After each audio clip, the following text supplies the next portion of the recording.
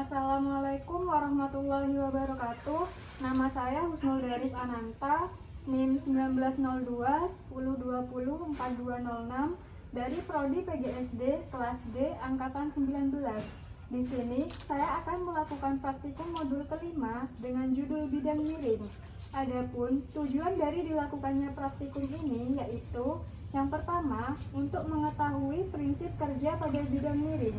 Kemudian yang kedua yaitu untuk menentukan keuntungan mekanis pada bidang miring. Kemudian yang ketiga, untuk menjelaskan keuntungan dan kerugian pada penggunaan bidang miring. Kemudian yang keempat, untuk mengetahui faktor-faktor apa saja yang mempengaruhi usaha pada bidang miring. Alat dan bahan yang kita butuhkan untuk praktikum modul 5 ini meliputi yang pertama yaitu balok kardus, kemudian bidang miring, penggaris, busur, karet gelang sebagai pengganti neraca pegas, beban 1 dan juga beban 2, timbangan, dan juga tabel pengamatan untuk mencatat hasil pengamatan. Langkah pertama yang harus kita lakukan yaitu menyiapkan alat dan bahan. Kemudian memposisikan balok kardus dengan bidang miring. Di sini saya menggunakan 3 bentuk ketinggian. Ketinggian yang pertama yaitu dengan posisi balok kardus seperti ini, dengan tinggi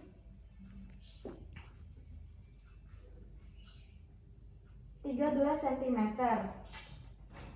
Kemudian saya catat ketinggian pertama pada tabel hasil pengamatan. Kemudian ketinggian yang kedua yaitu dengan posisi balok kardus seperti ini, dengan ketinggian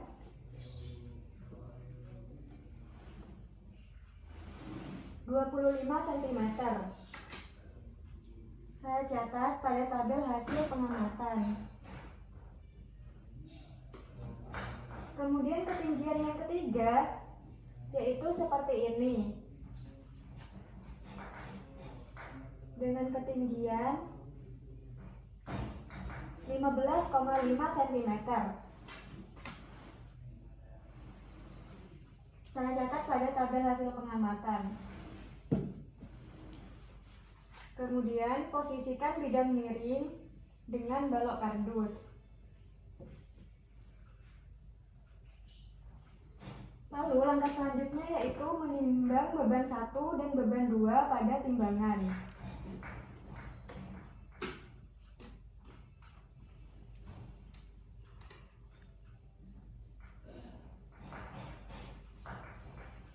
Kita catat pada tabel hasil pengamatan.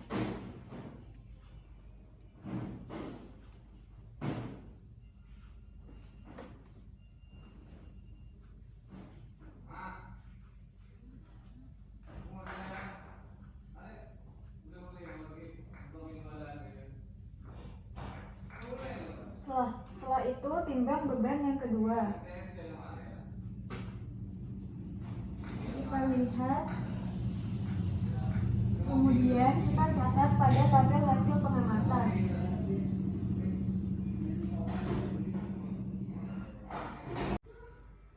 Langkah yang selanjutnya yaitu hitunglah tinggi, panjang lintasan, dan juga besarnya sudut pada bidang miring. Di sini saya menggunakan tinggi yang pertama yaitu tingginya yang 13 cm.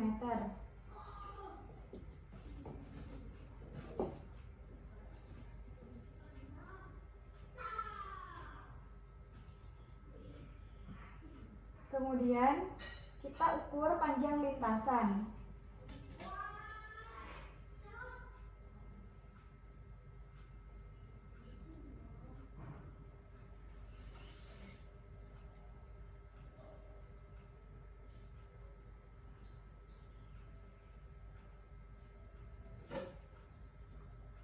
Kemudian kita catat pada tabel hasil pengamatan.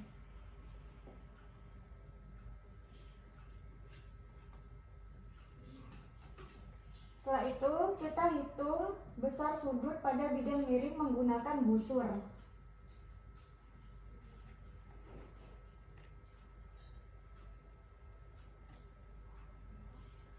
Setelah itu kita catat pada tabel hasil pengamatan.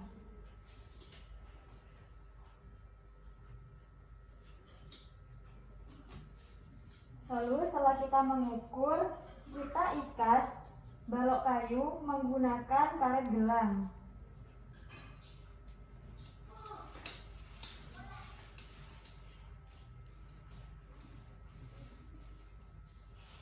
Setelah balok kayu terikat secara sempurna, kita angkat ke bagian atas bidang miring dengan tinggi tertentu tanpa melalui bidang miring menggunakan karet gelang.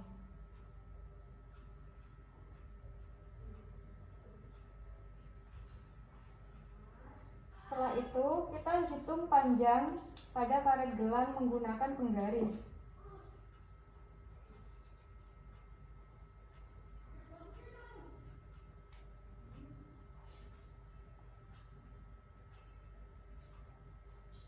Setelah itu, kita catat angka yang dihasilkan oleh karet gelang pada tabel hasil pengamatan.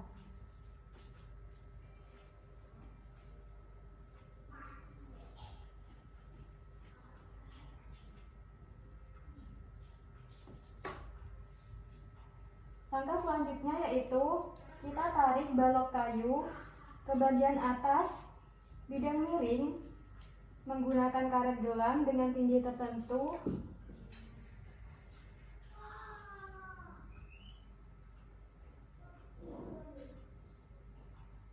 Kemudian kita hitung panjang karet gelang.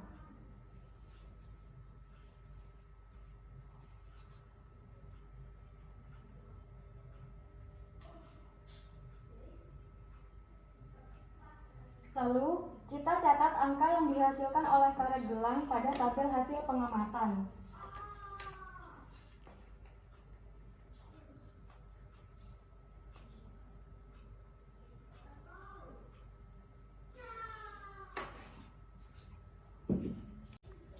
Kemudian ulangi langkah yang sebelumnya dengan menambahkan beban yang digunakan.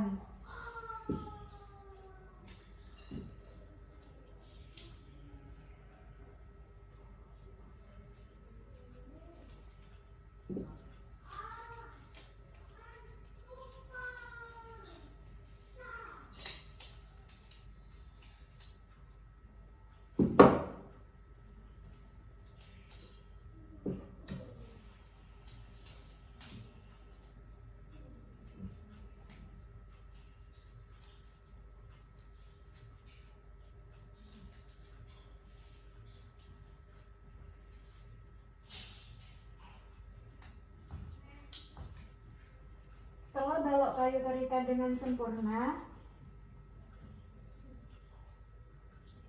kita angkat balok kayu menggunakan karet gelang dengan tinggi tertentu tanpa melalui bidang miring.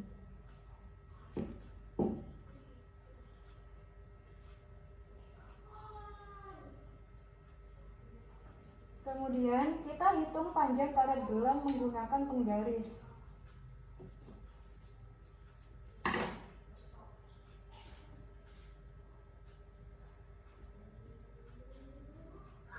Lalu kita catat angka yang dihasilkan oleh karet gelang pada tabel hasil pengamatan.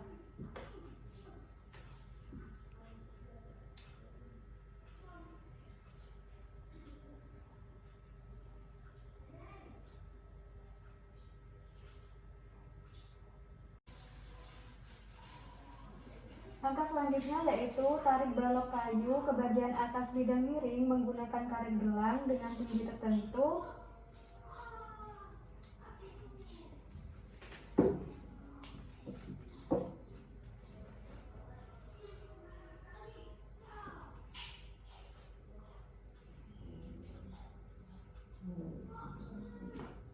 Lalu kita hitung panjang karet gelang.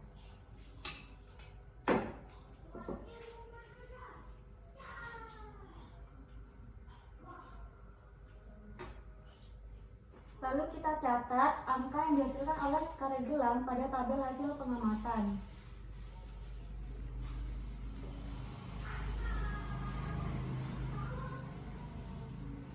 Setelah itu kita menggunakan tinggi yang kedua Dengan posisi kardus seperti ini, dengan tingginya 25 cm.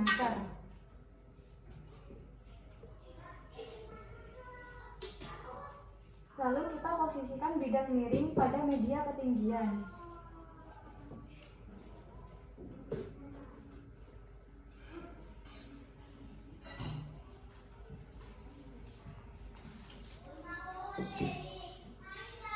Setelah itu, kita ulangi tahap yang sebelumnya, yaitu mengangkat balok kayu dengan karet gelang dengan ketinggian tertentu tanpa melalui bidang miring.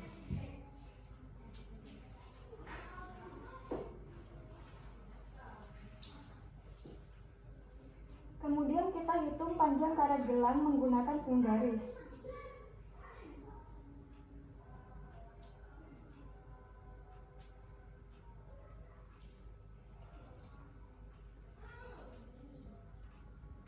Kemudian kita catat angka yang dihasilkan oleh karet gelang pada tabel hasil pengamatan.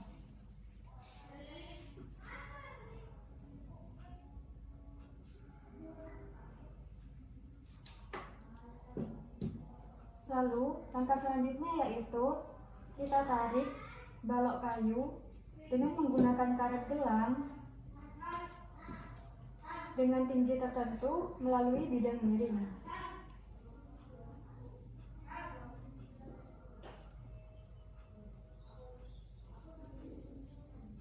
Kemudian kita hitung panjang karet gelang menggunakan penggaris.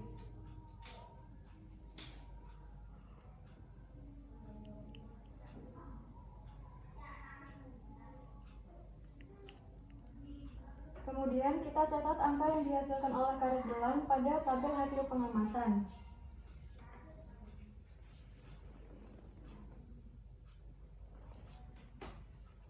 Selanjutnya, kita ulangi tahap yang sebelumnya dengan menambahkan beban yang digunakan.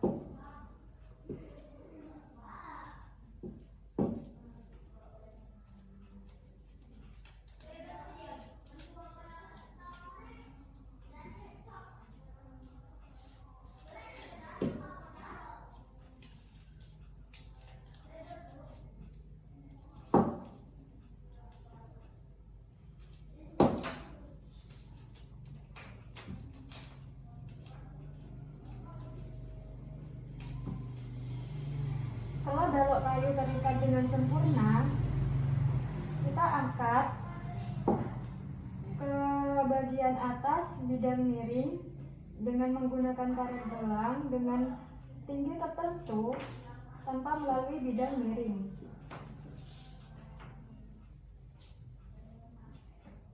Lalu kita hitung panjang karet gelang menggunakan penggaris.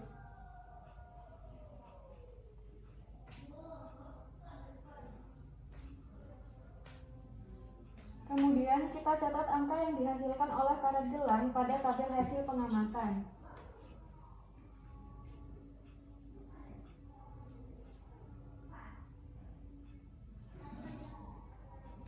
Selanjutnya, kita tarik balok kayu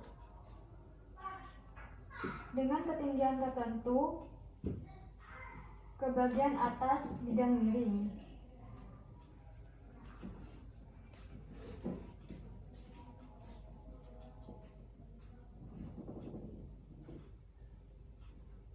Kemudian kita hitung panjang karet gelang menggunakan penggaris.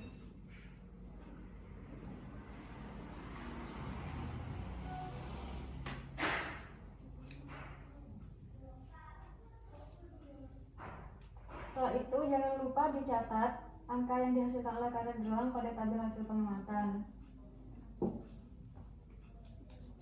Kemudian langkah yang selanjutnya, kita menggunakan ketinggian yang ketiga, yaitu dengan posisi kardus seperti ini, dengan tinggi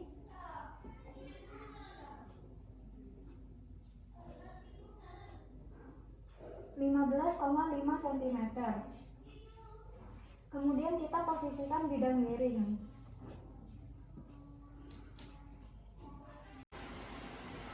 Lalu kita ukur tinggi, panjang lintasan, dan juga besar sudut pada bidang miring.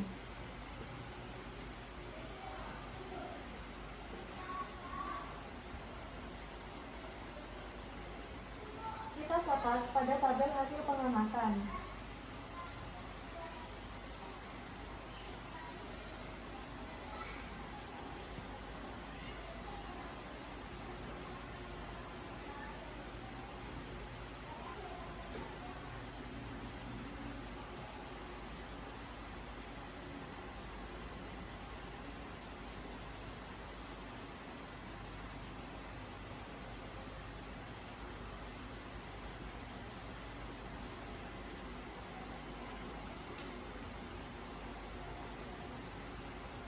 Kemudian kita ukur besar sudut menggunakan busur.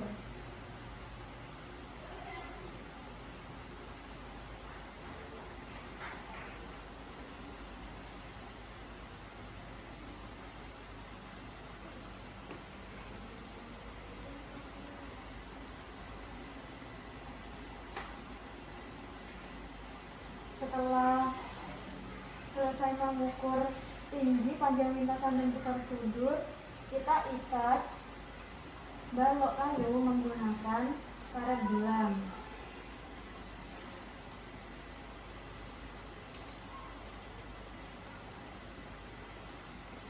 Setelah terikat dengan sempurna, kita angkat balok kayu menggunakan karet gelang dengan ketinggian tertentu tanpa melalui bidang miring.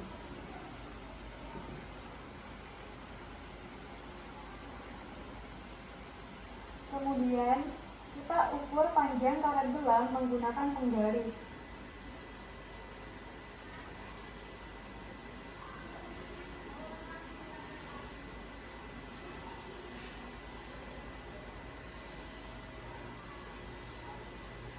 Setelah itu, catat angka yang dihasilkan oleh karet gelang pada tabel hasil pengamatan.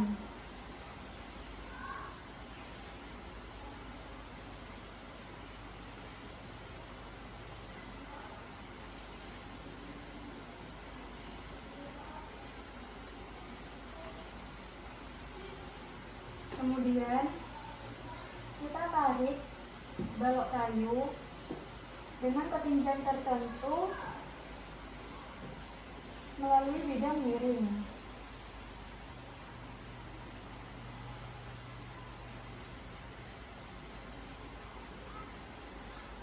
Setelah itu kita ukur panjang karet gelang menggunakan penggaris.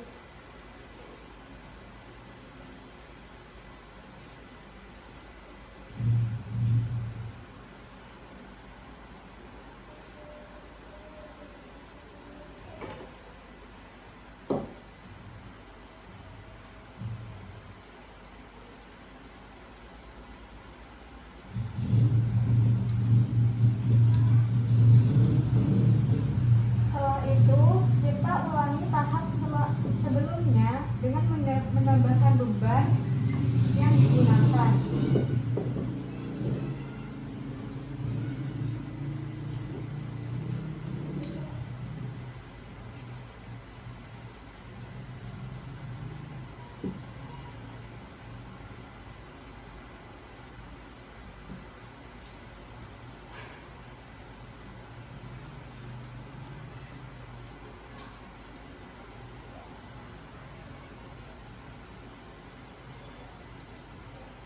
Setelah balok kayu sudah terikat dengan sempurna,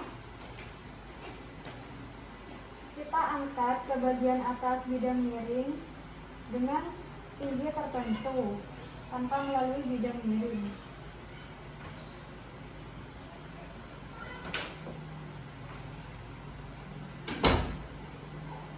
Kemudian kita hitung panjang karet gelang menggunakan penggaris. Lalu kita catat angka yang dihasilkan oleh karet gelang pada tabel hasil pengamatan.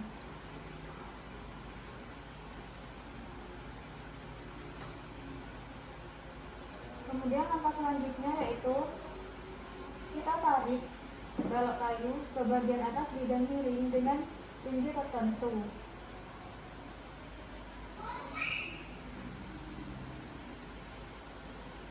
Kemudian kita hitung panjang karet gelang menggunakan penggaris.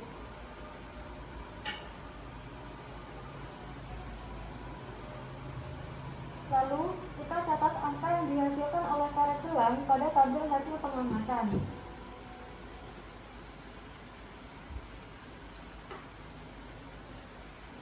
Kemudian setelah pada ketinggian kedua kita sudah selesai, kita gunakan pada tinggi yang ketiga, yaitu dengan posisi balok kardus seperti ini.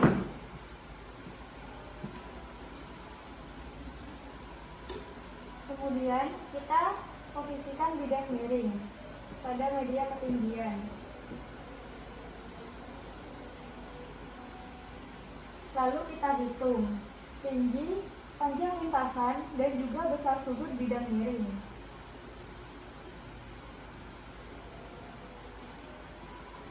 Kemudian kita catat pada tabel hasil pengamatan.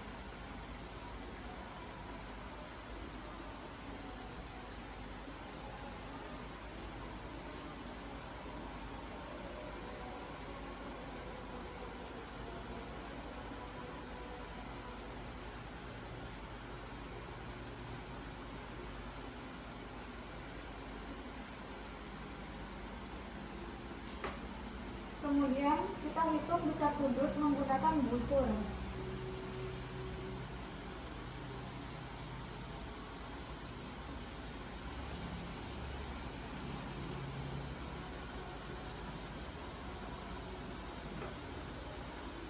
Setelah selesai mengukur,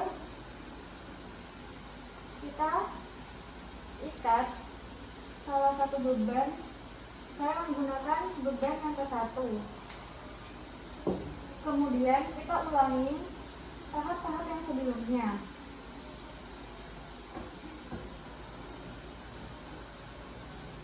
Kita angkat balok kayu ke bagian atas bidang miring dengan menggunakan karet tanpa melalui bidang miring.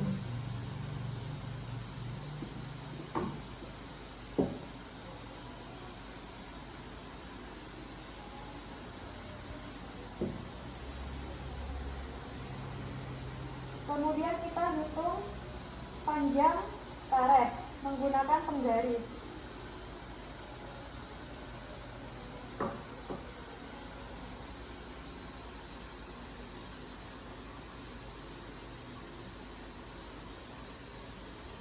Kemudian kita catat angka yang dihasilkan oleh karet gelang pada tabel hasil pengamatan.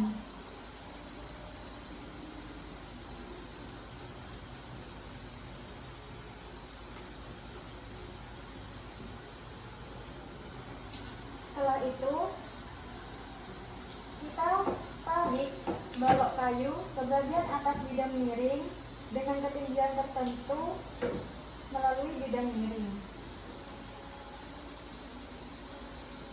Kemudian kita hitung panjang karet menggunakan penggaris.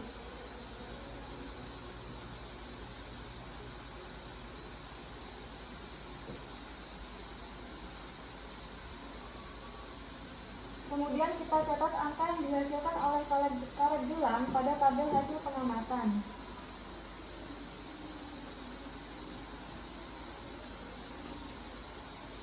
Setelah itu, kita ulangi tahap yang barusan dengan menambahkan beban yang digunakan.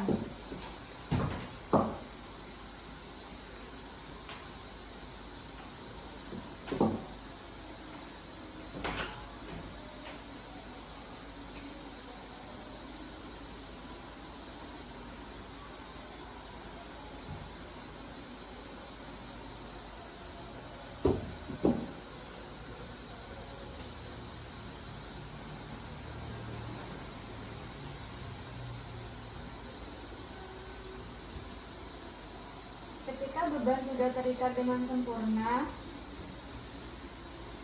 kita angkat balok kayu ke bagian atas bidang miring dengan ketinggian tertentu tanpa melalui bidang miring.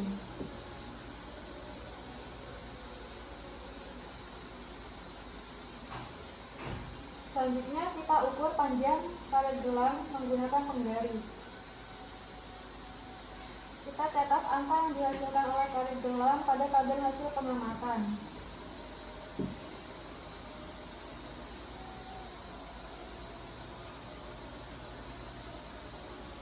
Kemudian langkah selanjutnya yaitu kita tarik balok kayu ke bagian atas bidang miring dengan ketinggian tertentu.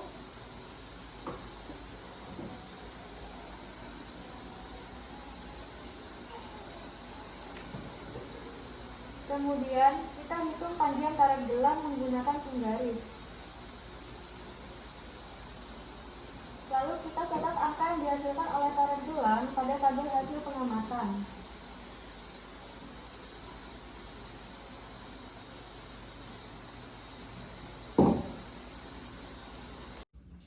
Sekian praktikum dari saya. Jika ada kesalahan dan kekurangan, mohon dimaafkan. Wassalamualaikum warahmatullahi wabarakatuh.